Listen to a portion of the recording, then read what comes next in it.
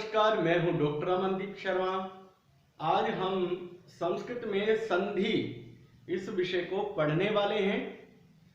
तो संधि किसे कहते हैं ये इससे पहले की जो हमारी वीडियो उसमें हम बता चुके हैं। और संधि के तीन प्रकार हमने बताए थे, एक होती है स्वर संधि, एक होती है व्यंजन संधि और एक होती है विसर्ग संधि। तो स्वर संधि का तो विवेचन हम कर चुके हैं। स्वर जो स्वरों में संधि होती है उसे स्वर संधि कहते हैं। अब व्यंजन संधि क्या है उसको आज हम पढ़ने वाले हैं। व्यंजन वर्णों में जो संधि होती है उसको हम व्यंजन संधि कहते हैं। अब व्यंजन वर्ण कौन से हैं तो देखिए, क, ख, ग, घ, ङ, च, छ, ज, झ, ञ, ट, ठ, ड, ढ, ण, त, थ, द, ध, न, प, फ, ब, भ, म, य, व, र, ल, श, श, स, ह। अब आपने देखा होगा कि इसका उच्चारण मैं थोड़ा सा भिन्न तरीके से कर रहा हूं। क्यों कर रहा हूं भिन्न तरीके से? क्योंकि ये जो व्यंजन होते हैं इनमें जब स्वर जुड़ता है तब इनका उच्चारण पूरा होता है। कैसे? जैसे क में अ जुड़ेगा तो वो बोला जाएगा क, तब निकलेगी क की ध्वनि। ख में अ जुड़ा तो बन गया ख, ग में अ जुड़ा तो बन गया, क्या बन गया? ग। तो इस प्रकार से ये सभी व्यंजन हैं। ये आधे, ये हलंत हमने लगाया है सभी के नीचे, इसका मतलब इसमें कोई भी स्वर नहीं जुड़ा है। ये क्या है? ये व्यंजन है। अब इसकी संधि कैसे होती है इसका उदाहरण दिखाते हैं। यहां देखिए, यहां मैंने लिखा है कस, क्या लिखा है? कस चित्त, कस चित्त। अब परिवर्तन देखिए कैसे हुआ संधि करने पर। स के स्थान पर क्या आ गया?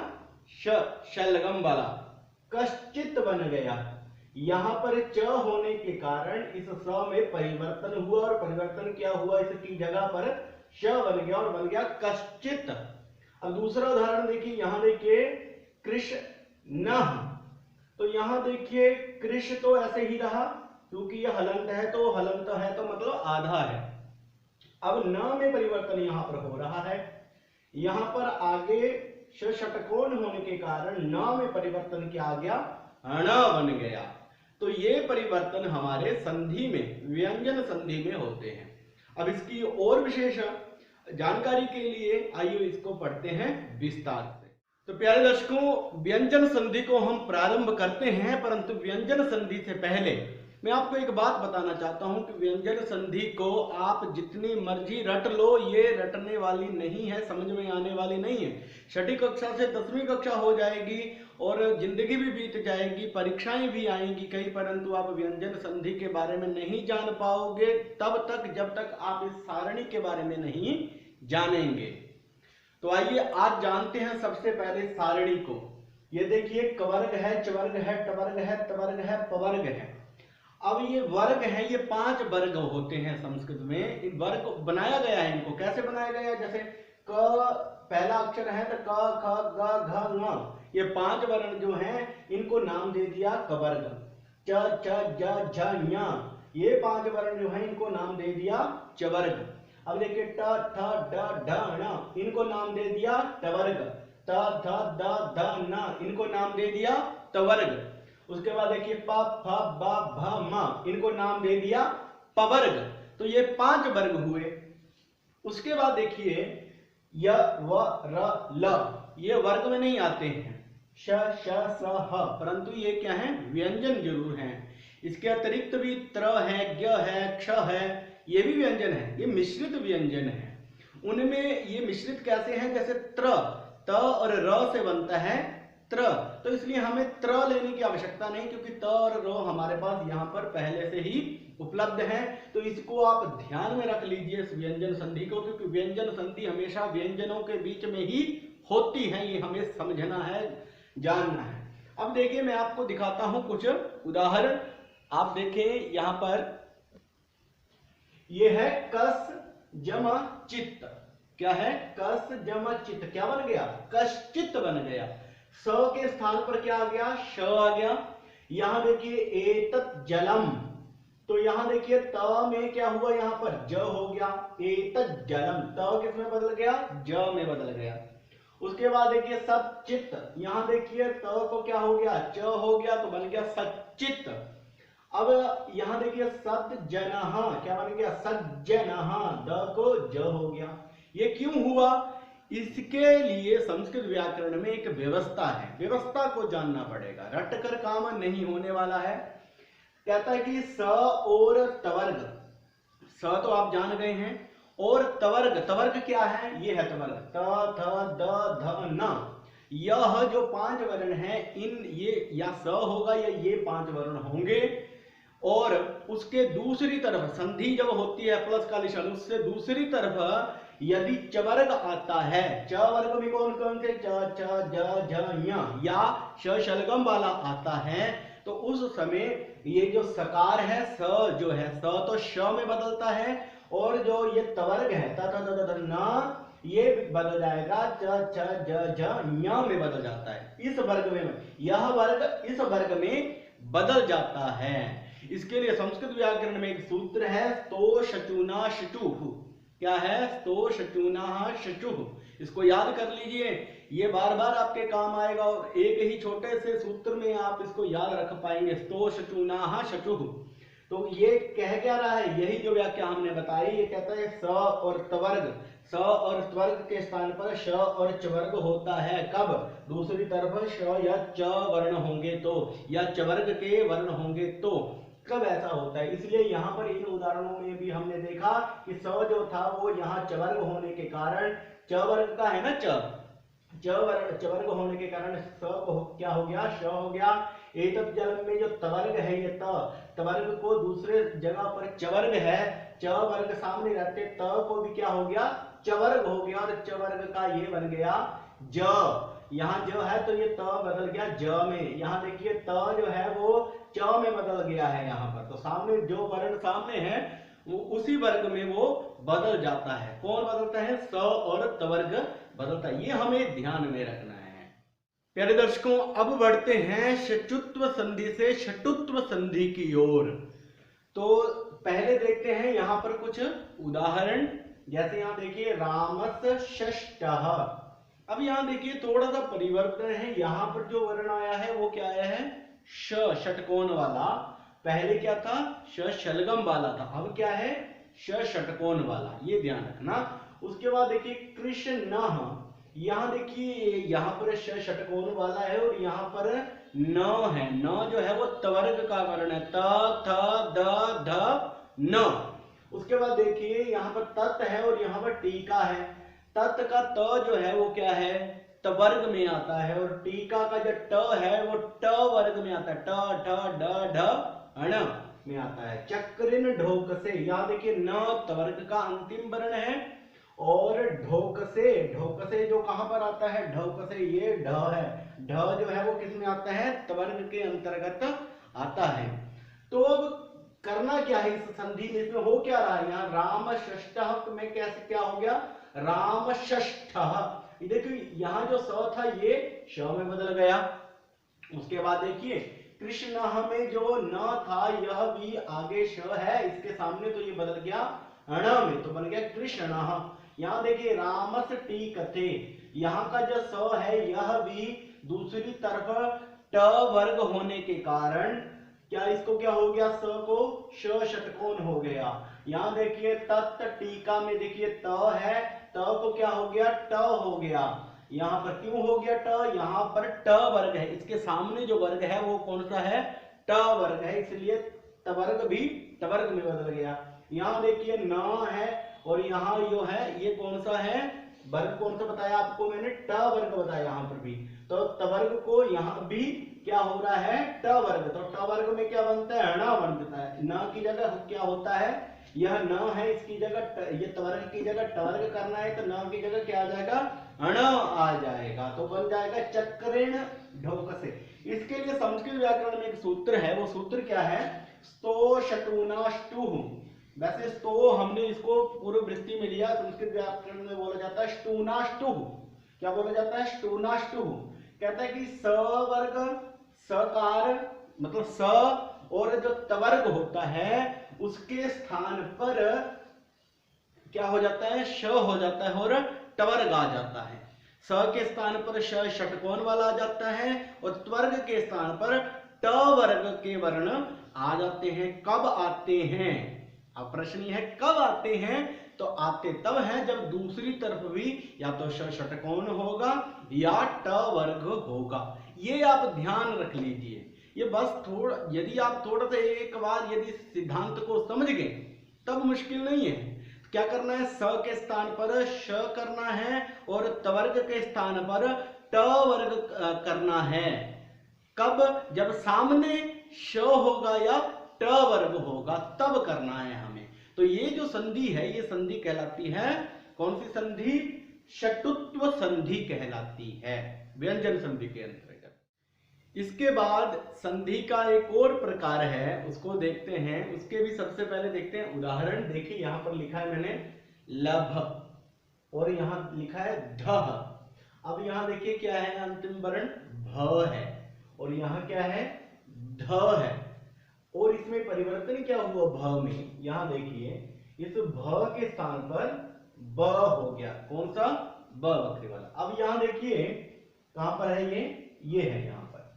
यहां देखिए ये पवर्ग में ही आते हैं, ब भी और भ भी कहां आते हैं, पवर्ग में ही आते हैं। तो इस भ के स्थान पर ब हुआ है, यहां पर ये परिवर्तन हुआ है। अगला उदाहरण देखते हैं। अगला उदाहरण है दो घ धा। दो घ धा, दूसरी तरफ क्या है, धा है जो कि चौथा वर्ण है किसका, तवर्ग का चौथा वर्ण। 1 2 3 4 चौथा वर्ण है ध। और यहां पर देखिए ये घ, ये घ कौन सा है, घ भी यहाँ पर क ख ग घ चतुर्थ वर्ण है। तो हमें क्या करना है, इसकी जगह पर, घ की जगह पर यहाँ पर ग हो गया है। जैसे आगे दो धा संधि जब हुई तो ये घ बदल गया ग में। उसके बाद एक और उदाहरण देखिए, यहाँ देखिए बुध धी। बुध बु ध ध त थ द ध चतुर्थ वर्ण आया ध। उसके बाद आगे भी ध जो है, उसके बाद भी ध है। तो पहले वाला जो ध है इसमें परिवर्तन आया। इसमें परिवर्तन क्या आया, इसकी जगह पर ध की जगह पर द हो गया। और द देखिए तृतीय वर्ण है, 1 2 3 तृतीय वर्ण है, यहाँ तवर्ग का तृतीय वर्ण है। यही इस संधि का नियम है। ये क्या है, इस संधि में एक सूत्र है, कहता है कि व्याख्या इस सूत्र की है कि झलों को झल कहते हैं। ये हम आपको बताएंगे। झलों को जश आदेश होता है, झलों के स्थान पर जश आ जाता है। कब आता है, जब दूसरी तरफ झष हो, झष वर्ण हो। तो ये झल वर्ण कौन है, किनको झल वर्ण कहते हैं, कहते हैं कि प्रत्येक वर्ग का, प्रत्येक वर्ग वर्ग वर्ग टवर्ग तवर्ग पवर्ग, प्रत्येक वर्ग का पहला दूसरा तीसरा चौथा, पहला दूसरा तीसरा चौथा, पहला दूसरा तीसरा चौथा, पहला दूसरा तीसरा चौथा, पहला दूसरा तीसरा चौथा, पहला दूसरा तीसरा चौथा वर्ण जो है, और कौन, श श स ह, ये वर्ण कहलाते हैं। इन वर्णों को हम कहते हैं झल वर्ण। ये आप नोट कर लें, झल वर्ण किसे कहते हैं। प्रत्येक वर्ग का पहला दूसरा तीसरा चौथा वर्ण और साथ में श श स ह, ये क्या कहलाते हैं, झल। उसके बाद देखिए जश। जश किसे कहते हैं ये हम जानते हैं, परंतु उससे पहले हम देखते हैं झष कौन है। झल तो हो गई ये वर्ण, अब झष कौन है, तो झष मुश्किल कुछ नहीं है। झष क्या है, प्रत्येक वर्ग का तीसरा चौथा वर्ण जो है वो झष कहलाता है। तो प्रत्येक वर्ग, कवर्ग चवर्ग टवर्ग तवर्ग पवर्ग, इसका जो तीसरा चौथा है वर्ण वो कहलाता है झष। तब जो पहले वाले जो झल वर्ण बताए उनके स्थान पर क्या होगा, उनके स्थान पर होगा जश। अब जश तो बहुत ही आसान है, जश प्रत्येक वर्ग का तीसरा वर्ण होगा, ये ध्यान रखना। कोई सा भी इनमें से पहला दूसरा तीसरा चौथा जो कोई भी होगा, परंतु उसके स्थान पर हमें तीसरा वर्ण करना है। जैसा उदाहरण में भी हमने यही देखा है कि भ तो चतुर्थ वर्ण है, उसी वर्ग का तीसरा वर्ण प फ ब तीसरा आया, भ चतुर्थ है, तो भ का जो तीसरा वर्ण है वो हमने किया तो लब्धा बन गया। यहाँ दोग्धा में भी क ख ग घ, तो चतुर्थ वर्ण है घ, घ की जगह पर हमें तृतीय वर्ण तीसरा वर्ण उस वर्ग का करना है, वो है ग। तो यहाँ देखिए बुद्ध धी में भी त थ द ध, तो ध तो चतुर्थ वर्ण है, परंतु हमें कौन सा करना है, तीसरा वर्ण करना। तीसरा वर्ण कौन सा है, वो वर्ण है द, द त थ द तीसरा वर्ण है, तो ये बन गया बुद्धि। तो संस्कृत में इसके लिए सूत्र क्या है, झलाम जश झशी, झलों को जश होता है, झश परे रहते। तो ये ध्यान रखना, झल भी याद रख लेना कौन से वर्ण होते हैं, झल किसको कहते हैं, जश किसको कहते हैं, झश जिसको कहते हैं। ट्रिकों के सिस्टम में मत फंसना कि जो ट्रिक होते हैं उससे आप समझ लेंगे। यदि आपको इन चीजों को लंबे समय तक याद रखना है तो जो नियम है नियमों के हिसाब से याद रखने की कोशिश करना। एक बार किया गया परिश्रम पूरी जिंदगी आपके काम आने वाला है। जश संधि के बारे में एक और सूत्र है, वो मैं आपको बताता हूं। उससे पहले देखिए कुछ उदाहरण देखते हैं। पहले जैसे बाक ईशह, बाक ईशह, तो यहां पर देखिए जो क है ये क्या हो गया, इसको ग हो गया, और क ख ग तीसरा वर्ण हो गया ना, यहाँ पर बाग ईशह बन गया। अब यहां देखिए ऋक वेदः, ऋक वेदः, तो यहाँ क्या है वर्ण, अंत में ये पद है, ये बाग एक पद है, ऋक एक पद है, इस पद का जो अंतिम वर्ण है वो है क, तो उस क के स्थान पर यहां पर क्या हो गया, ग तीसरा वर्ण, क ख ग, ऋग्वेदः बन गया। अब देखिए यहां पर अच अंतः, क्या है यहाँ पर व्यंजन, अच, अच व्यंजन है, और अच एक पद है, और उस पद का अंतिम वर्ण है च, और उसकी दूसरी तरफ है अंतः, तो यहां पर जो च है इसके स्थान पर हो गया ज, च छ ज तीसरा वर्ण। और यहां देखिए दिक अंतः, और यहां भी वही स्थिति है कि यहां पर क है, ये दिक एक पद है, और उस पद का अंतिम वर्ण है क, और क एक झल है, झल वर्ण आता है, झल वर्ण की जैसे हमने बताया ना, यहाँ पर ये कौन कौन से झल वर्ण, ये आपको देखना पहला दूसरा तीसरा चौथा श श स, ये झल वर्ण कहलाते हैं। इन झल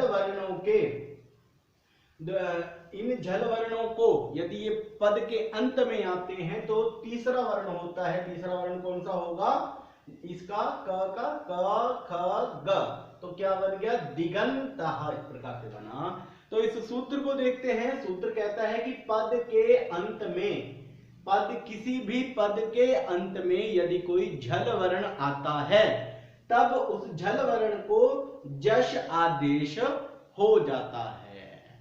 और दूसरी तरफ क्या चाहिए, कोई सा भी स्वर होगा या तीसरा चौथा वर्ण होगा, या फिर उसमें य व र ल ये वर्ण आ सकते हैं दूसरी तरफ, तब जो पद का जो अंतिम झल वर्ण है उसको जश करना है। जश मतलब तो तीसरा वर्ण हमें करना है।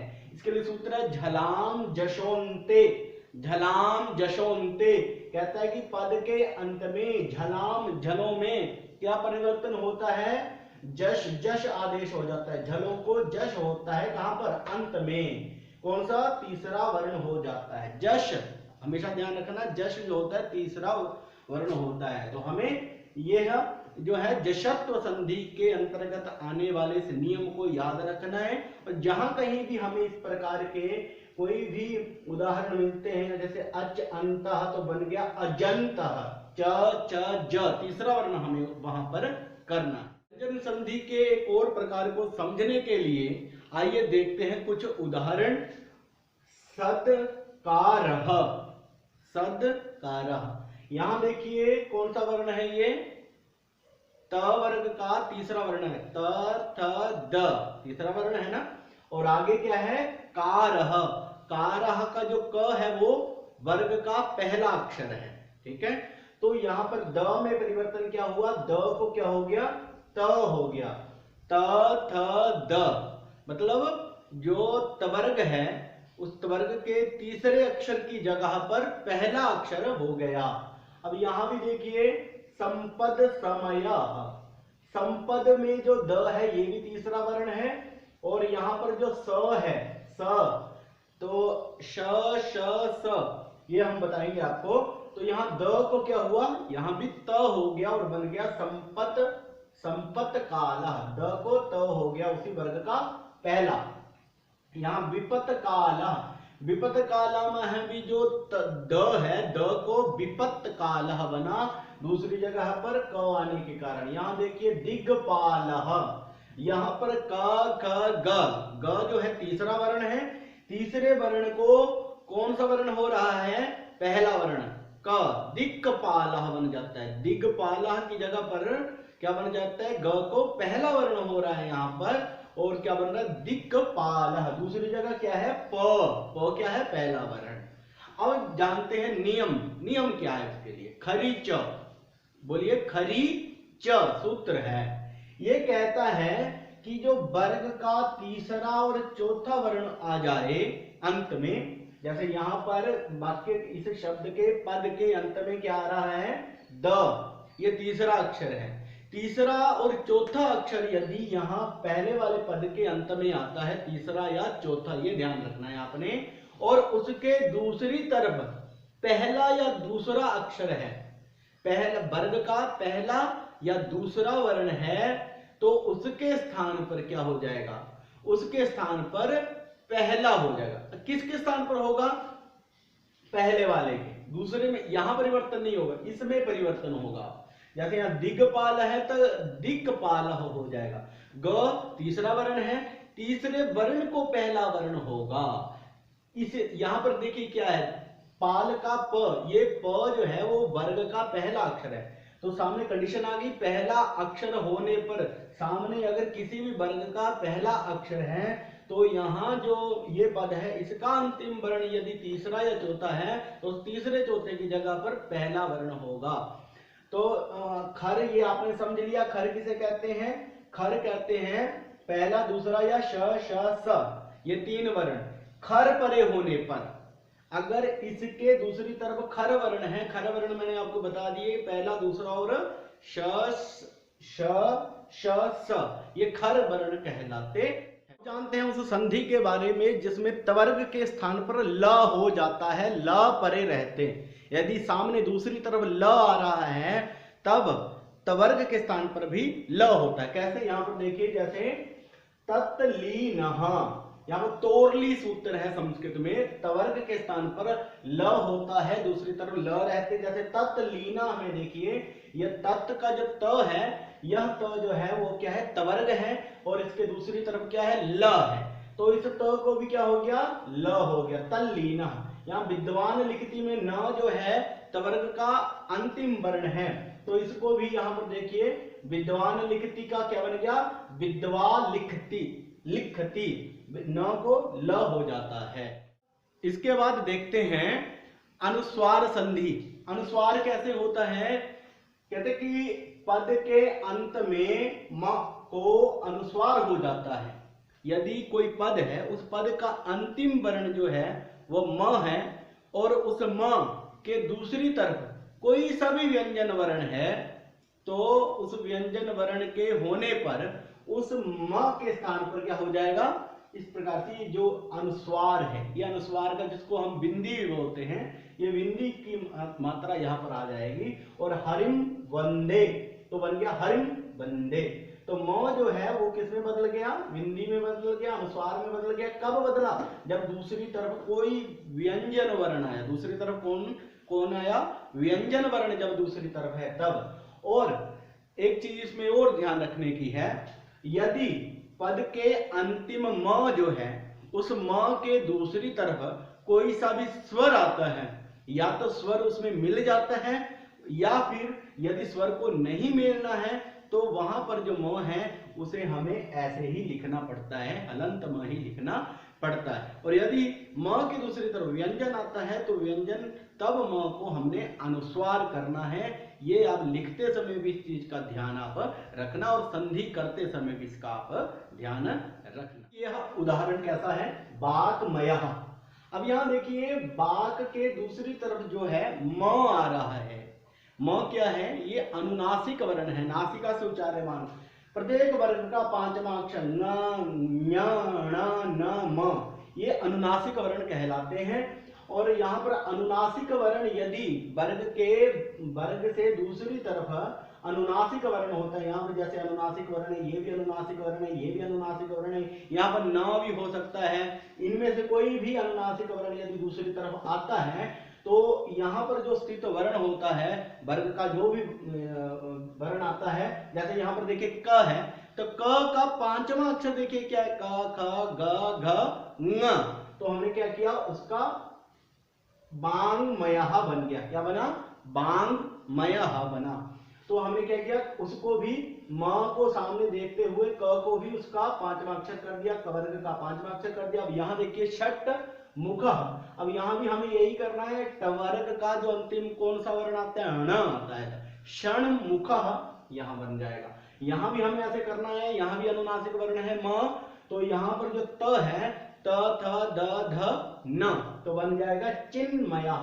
ये आपने ध्यान में रखना, यदि यहाँ पर कोई सा भी अनुनासिक वर्ण आता है, नासिका से उच्चार्यमान वर्ण आता है, तो यहाँ जो पूर्व में जो पद है उसका जो अंतिम वर्ण है उसको उसका पांचवा वर्ण हो जाएगा, अनुनासिक वर्ण हो जाएगा। अभी आपने देखा होगा कि कई बार जैसे यहाँ पर यह वर्ण आया छ छतरी, यहाँ पर देखिए छंद में भी छ छतरी है, यहाँ पर भी छेद में भी छ वर्ण है, छ व्यंजन है, यहाँ पर भी छ व्यंजन है। तो जहां पर भी यह छ व्यंजन आता है वहां पर इन दोनों शब्दों के बीच में च का आगम होता है, च का आगम होता है। जैसे उदाहरण देखिए शिव छाया, तो बन जाएगा शिव च छाया, इस प्रकार से बन जाएगा शिव च छाया। उसके बाद देखिए स्वछंद, स्व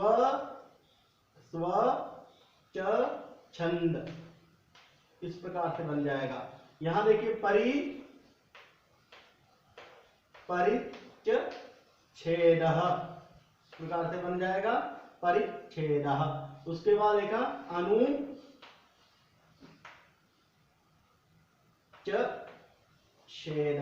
अनुच्छेदः, तो यहाँ पर च का आगमन होता है इनमें, जब यहाँ पर दूसरी तरफ छ होता है। तो आज का हमारा विषय जो है ये हो तो काफी लंबा गया है, क्योंकि इतने सारे विषय को एकत्रित करना, एक जगह पर लाना बहुत ही मुश्किल काम होता है। और फिर भी इसमें कई विषय हमारे छूट गए होंगे, परंतु हमारी जो परीक्षाएं होती हैं, प्रतियोगी परीक्षाएं होती हैं, उन सब के लिए ये हमारे लिए काफ़ी पर्याप्त है।